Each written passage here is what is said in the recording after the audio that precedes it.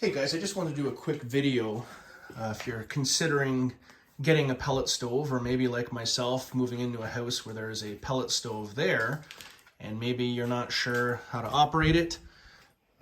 Maybe you're thinking about buying one. Hopefully I can answer some of the questions and show you how this works. Now, to start these, there's a lot of pros and cons to these.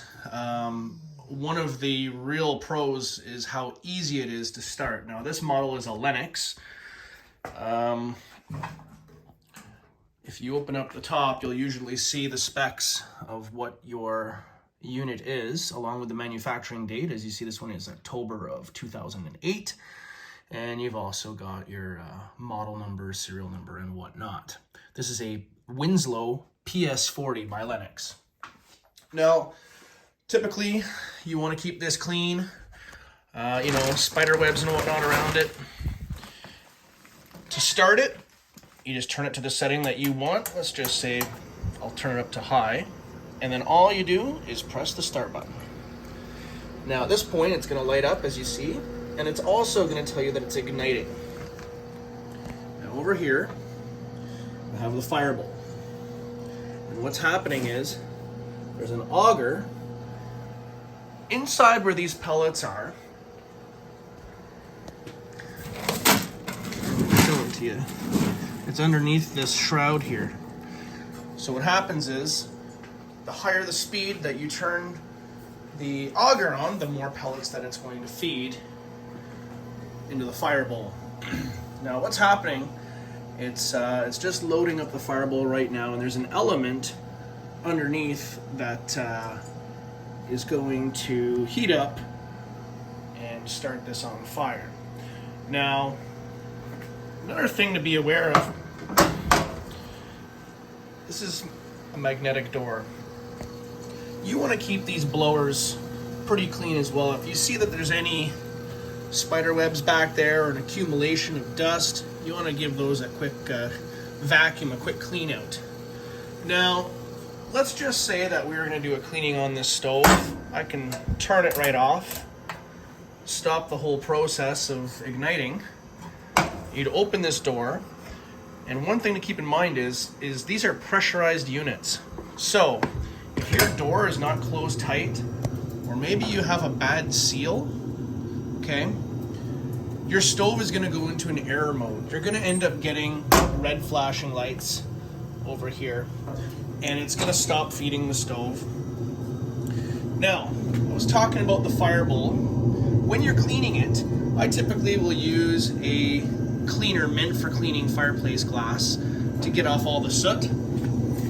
And you'll see, you can remove the firebowl right now. It's got some pellets in it. There's the igniter in there. And then all your residue is down at the bottom. Now again, you also have this drawer down here that you can pull out for cleaning as well. On the other side, you're going to want to keep that clean as well. And you see it's got the magnet. So we can close that.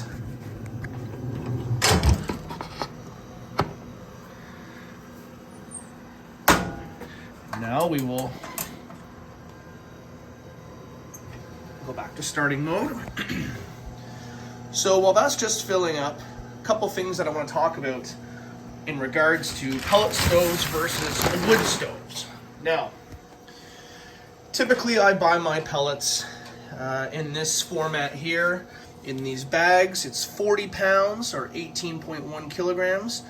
I typically will burn only hardwood pellets. Now here in Canada, a bag like this cost me $7.29. They've gone a little bit up in price with the increase of everything, unfortunately, but I typically will burn only hardwood pellets. They are more expensive, but they do burn hotter. You know, you can buy softwood, you can buy mixed, but me personally, I will only burn hardwood pellets. These ones here are by Vermont Castings. You might know them from barbecue manufacturing, but they're the same price as some of the more generic brands. Now, a real plus to having one of these stoves is you don't have to worry about getting wood delivered. You don't need to worry about cutting and splitting logs. You don't need to worry about the bugs and the bark and everything else that comes along with firewood. Yes, firewood, it's very nice. Yes, it smells good. I enjoy it very much. In a perfect world, I'd have both stoves, but unfortunately, this is what I'm given here at this home that I moved into, is this pellet stove, and I've actually really liked using it so far. Reason being, like I said, it's very easy to operate. I can ask somebody coming on the way to visit, like, hey, can you stop and pick me up a few of these bags? And, they're readily available at any hardware store or, home improvement store. You can get these, and they don't make a mess in your vehicle. You can throw a few bags in the trunk, no problem. So even throughout the winter, if you don't have a lot of room for storage, you can literally just buy these as you need them.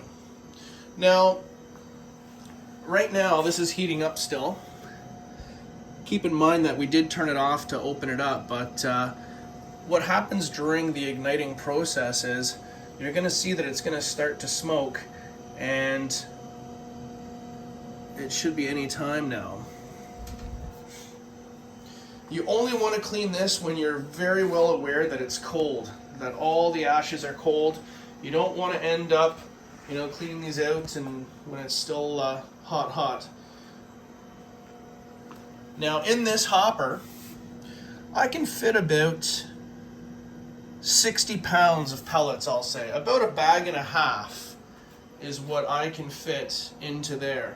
Now people ask, okay, well, how long does a bag last? Well, it depends on how cold it is outside. It depends on, how high you have that dial. Obviously, the higher you have it set, the more it's going to be feeding, right? Now, it's actually taking a long time to light. And this may be because of all the pellets that were loading prior, and then I stopped and did the demonstration, and then it loaded a bunch more pellets. So it might be a little bit of choking the air getting down to the igniter. But you can see how this works, how they get fit in through there while that's heating up. Now the other nice thing about these is they don't get real hot up top. When it's, running on high, you can't leave your hand on it, but you can touch it and it's going to be just hot to the touch, but nothing that's going to burn you, okay? Now, if you're going to be putting one of these in, you also have to remember about cleaning your chimney. Now, these do burn very clean in comparison to wood fireplaces. When you have wet wood, you could end up getting a lot of smoke, a lot of creosote, a lot of ash buildup, whereas this here burns very clean. Okay, now you can see that there's some ambers that are starting to poke through here. It's going to light in a second. And there's also a fan that's blowing as well. And what's going to happen is once this stove gets up to operating temperature, the fan is going to be blowing hot air out automatically. So that's a really nice feature as well. So you can see that it's smoking, it's about to ignite. You see a few more pellets going in. You could see some ambers down there at the bottom.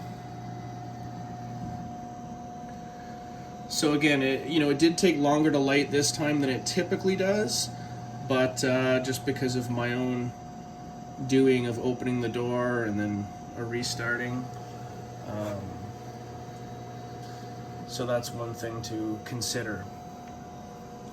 Now, right now it's November here, it's not very cold. I'll typically turn this on to like 2 or 3.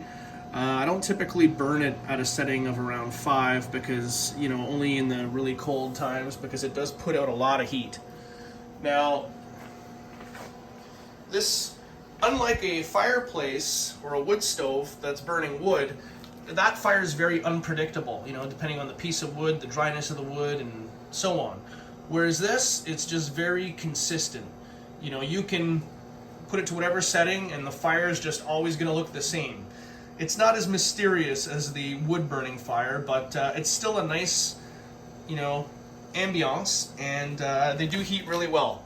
Anyhow, if you have any questions about operating one of these or anything I didn't cover, then feel free to mention it down below in the comments. Anyway, if you like the video, please give it a thumbs up, and don't be shy to like and subscribe as well. Thanks. We'll see you at the next video.